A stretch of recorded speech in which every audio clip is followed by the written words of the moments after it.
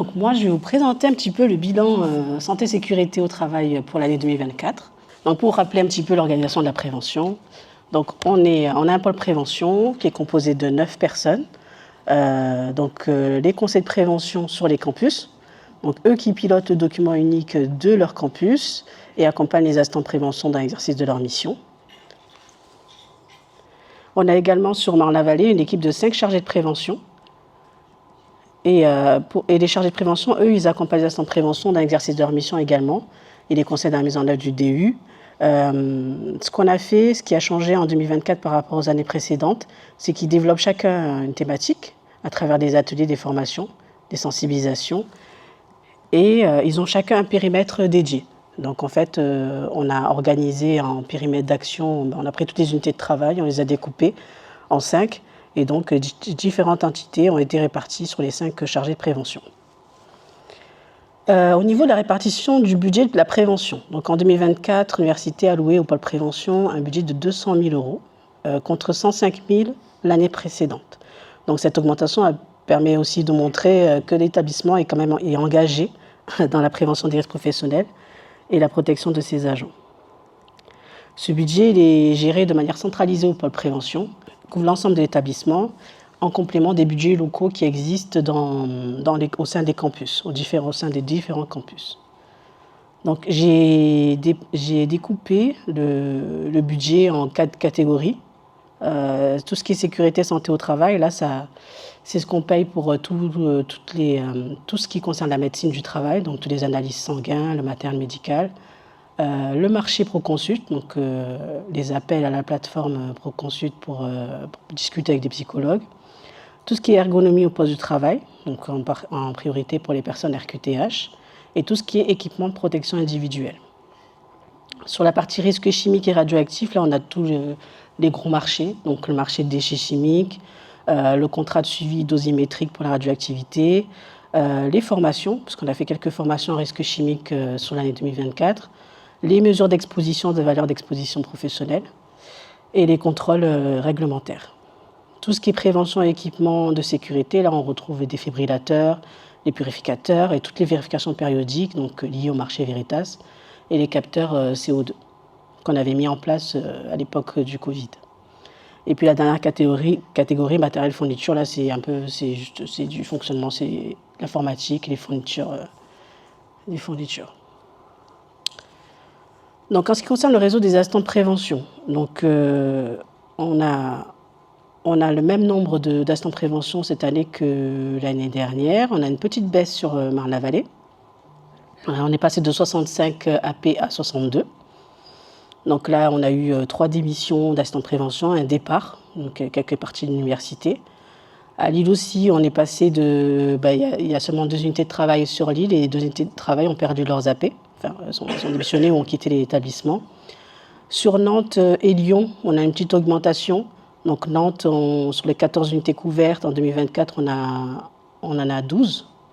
On en avait 12 l'année dernière, pardon. Et sur Lyon, sur les 11 unités couvertes, on a des AP. Donc on a une amélioration à Nantes et à Lyon.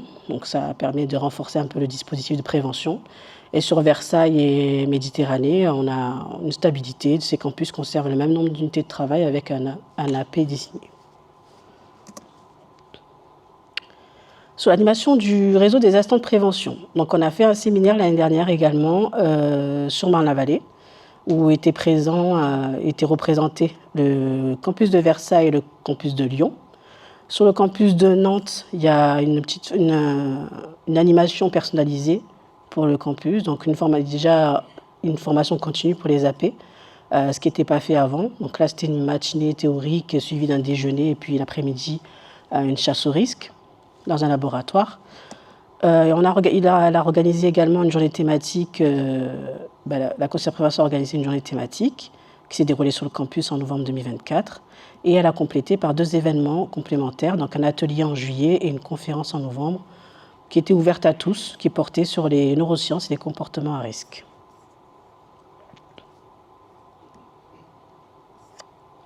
Sur la médecine de prévention, tous les campus sont couverts par un médecin, à part le campus de Lyon. et ce depuis quelques années encore, déjà. La nouveauté, c'est que sur le campus de Lille, on a réussi à se rattacher avec le médecin de prévention de l'Université de Lille. Donc, les agents de Lille sont couverts par le médecin d'université depuis septembre 2024. Sinon, sur les autres campus, on a essentiellement des contrats avec des sociétés extérieures. On n'a pas un médecin fixe dans le bâtiment. Sur Versailles, sur Nantes et sur Lyon, donc c'est des sociétés interentreprises qui établissent des fiches avec des observations qui nous permettent aussi pour nous d'enrichir le document unique suite à des visites des lieux par l'équipe de santé au travail.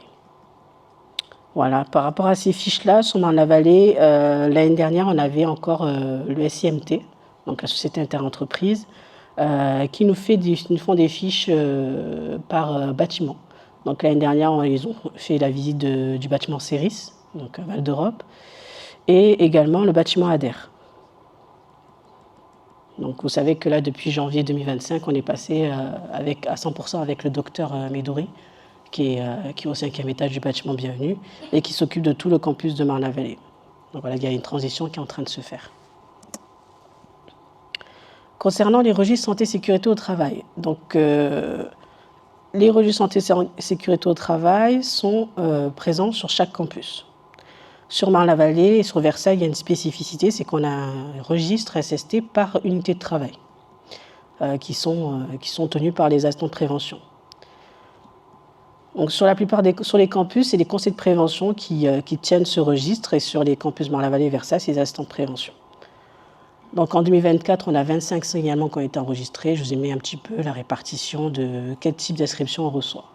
Cette année, on a eu beaucoup d'inscriptions concernant les RPS. Vous voyez le chiffre 7, ça fait beaucoup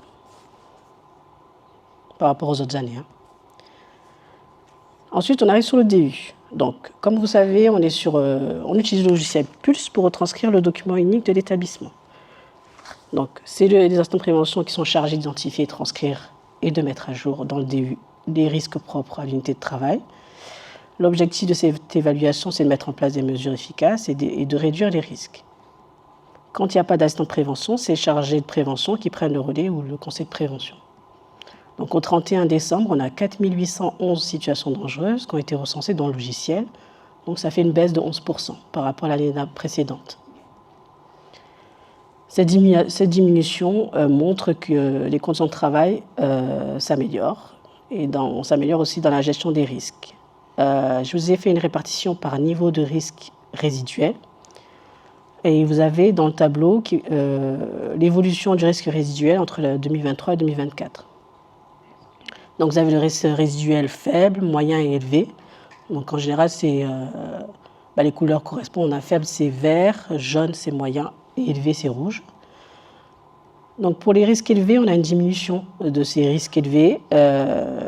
Donc on chute de 8% à 2,5%. C'est une baisse significative, c'est un indicateur positif. Sur les risques moyens, on a une augmentation. Non, on a une baisse aussi, de 30 à 25%. Désolé, je lis mal mon tableau.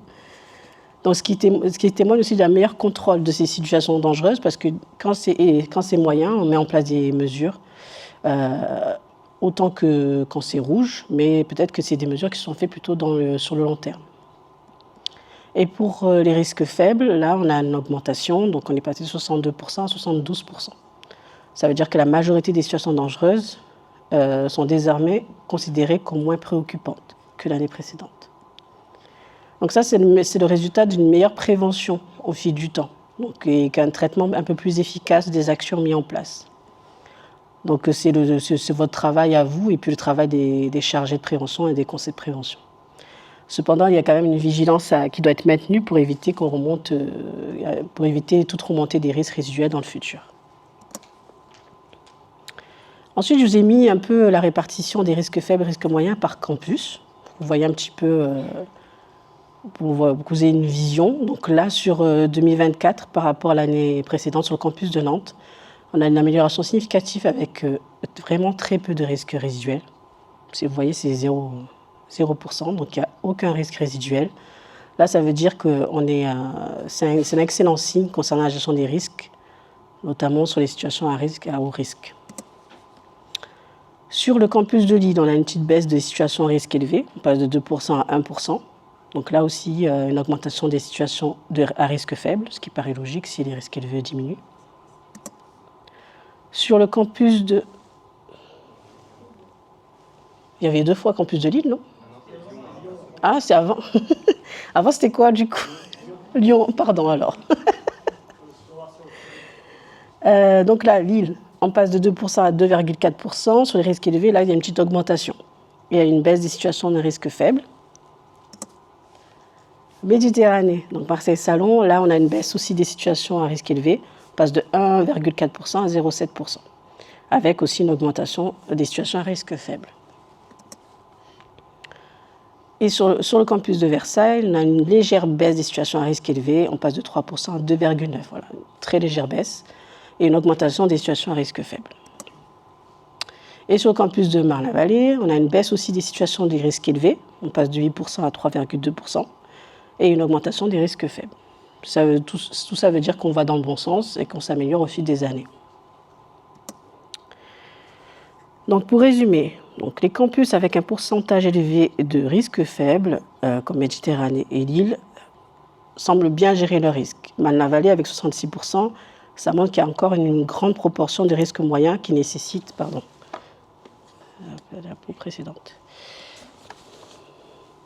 encore un peu d'attention. Sur les risques moyens, sur les campus de Marne-la-Vallée et Versailles, on a une plus grande proportion de ces risques moyens. Donc là, ça veut dire qu'il faut qu'on améliore la gestion des risques sur ces campus-là.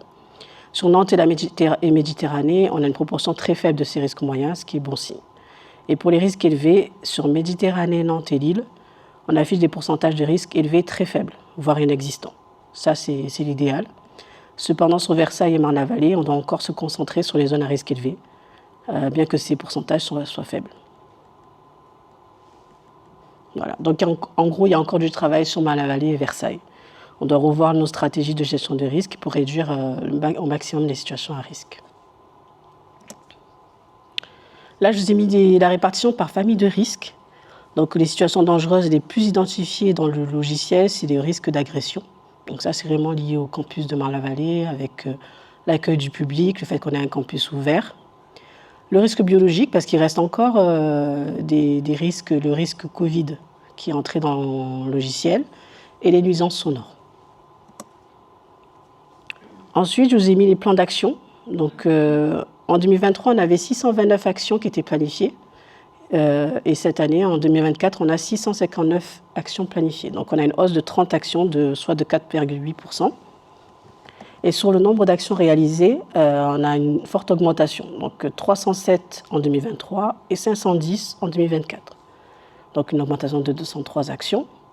Ça montre qu'on est plus réactif sur les plans d'action. Ils sont plus rapidement traités.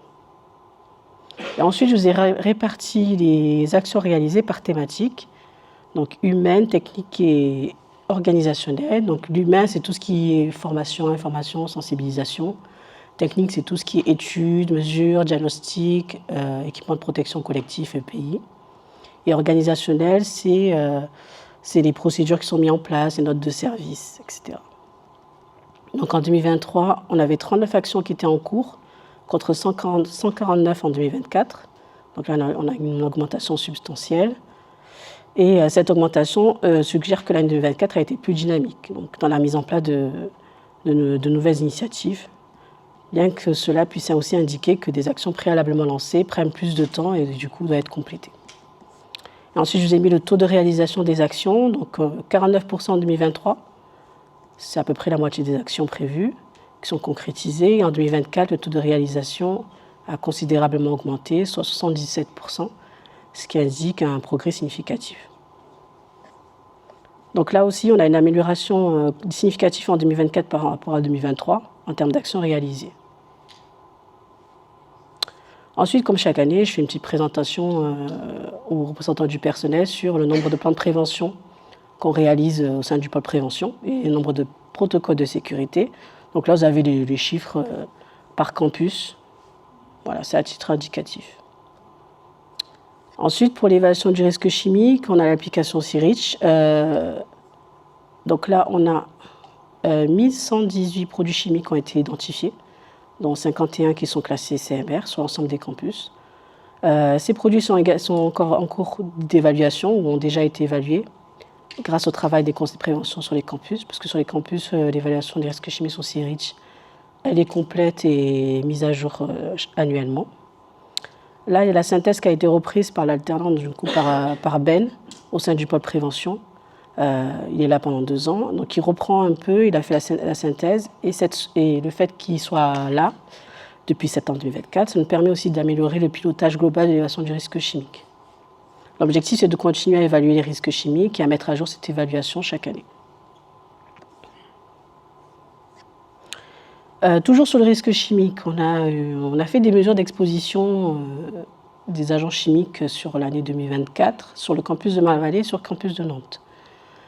Sur Marne-la-Vallée, on a pour la silice quartz, la VLEP. Alors là, c'est les mesures antérieures, donc c'est pas les nouvelles mesures qu'on a faites.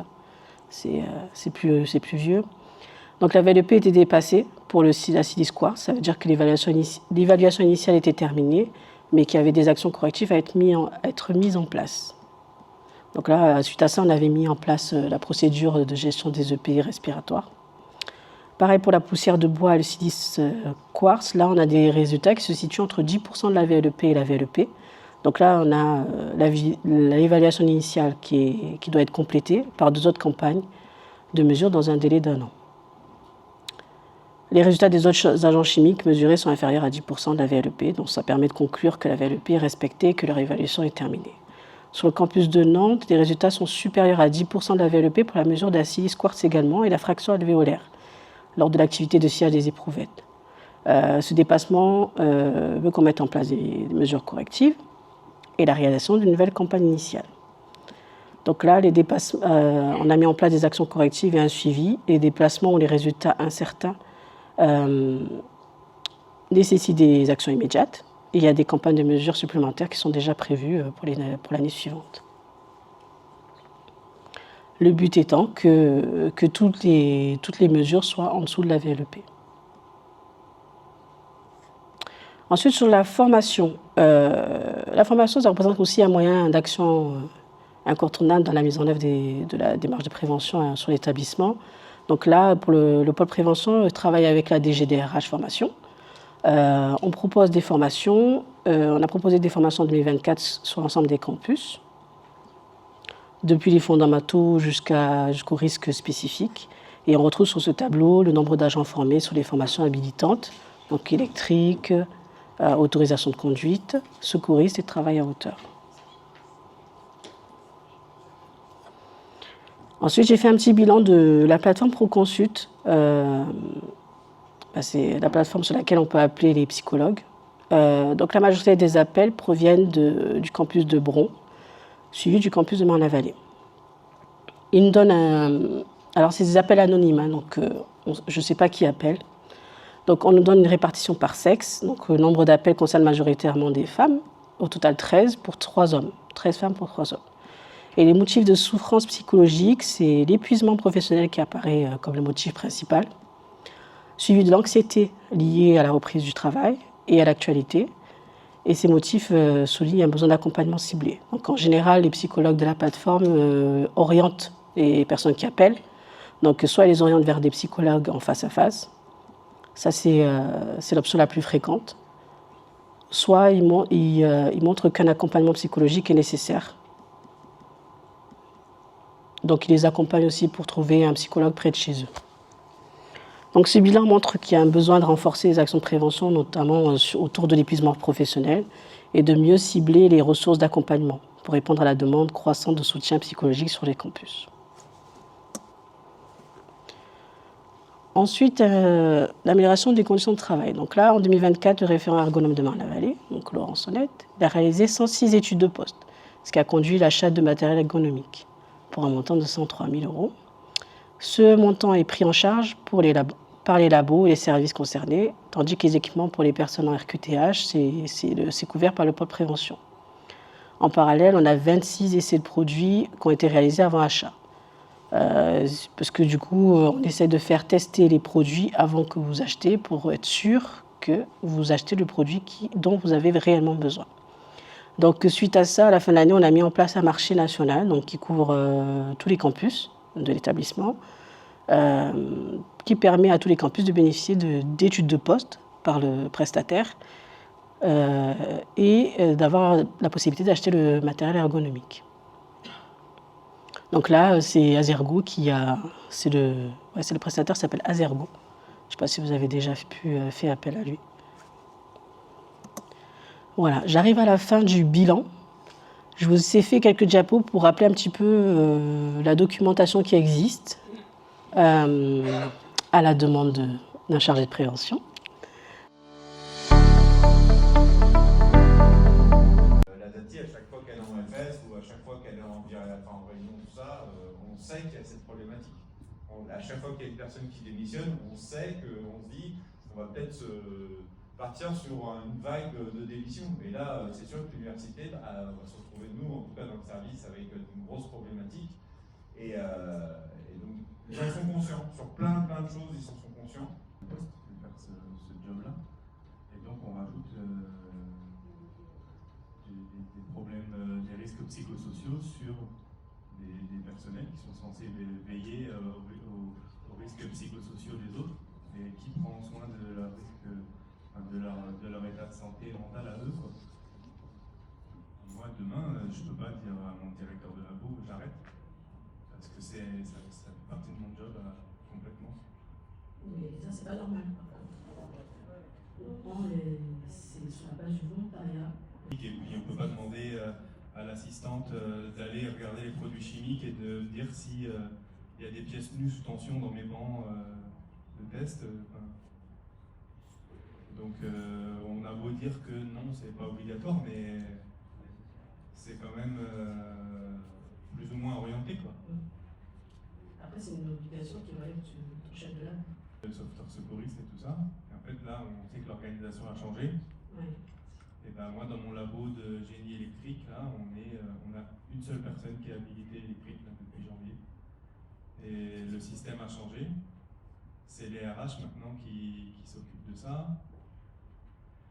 Si j'avais pas relancé, je ne sais pas si aujourd'hui ça serait prévu. Là, apparemment, on va être formé. Les nouveaux arrivants vont être formés en juillet, mais à côté de ça, en fait, c'est un truc qui marchait pas au départ. Vous avez pris ça en main vous et ça a commencé à marcher. Et maintenant que ça a marché, bah, on est revenu à un système qui marche moins bien. Où moi, je me retrouve à devoir envoyer à Pauline. Enfin, Pauline me demande mes besoins en formation, qu'elle transmet à quelqu'un qui ne me connaît pas, que je ne connais pas non plus. Et puis, au bout d'un moment, j'embête Pauline en disant bah, ça y est, là, on n'est plus habilité, qu'est-ce qui se passe si concrètement, on n'est plus censé pouvoir travailler. En fait, ah bah non, c'est au RH que maintenant, c'est à eux de s'occuper de ça. La personne du RH, la pauvre, quand elle est là et qu'elle doit choisir si c'est BESC ou BE mesure ou machin pour les habilitations électriques du labo Satie à Versailles, dont elle ne connaît même pas l'existence, elle vient me demander à moi, elle me relance. En fait, comme elle ne le sait pas, eh ben, elle envoie à chaque personne de ma liste vous avez besoin de quoi comme habilitation, des doctorants qui viennent de débarquer, qui ne savent même pas ce que ça veut dire, qui sont anglophones en plus pour certains. Du coup, je renvoie moi, ça revient, et puis après, c'est à nous de nous inscrire maintenant sur les formations GFORP. Avant, on demandait la formation, on recevait les convocations. Maintenant, on nous dit voici le lien, allez vous inscrire sur GFORP. Enfin, en fait, c'est un ping-pong infernal. Nous, à Versailles, on a des trucs en local et il n'y a que nous, donc ça va, mais en fait, je comprends pas pourquoi un truc qui marchait a été complètement démantelé comme ça, parce que là, c'est infernal en fait. Au début, mais voilà. Mais après, forcément, le bébé, c'est pas. On parle de la fiche de pâte, voilà. Même dans le système, ça marchait pas comme ça avant. Là en fait, les mails sont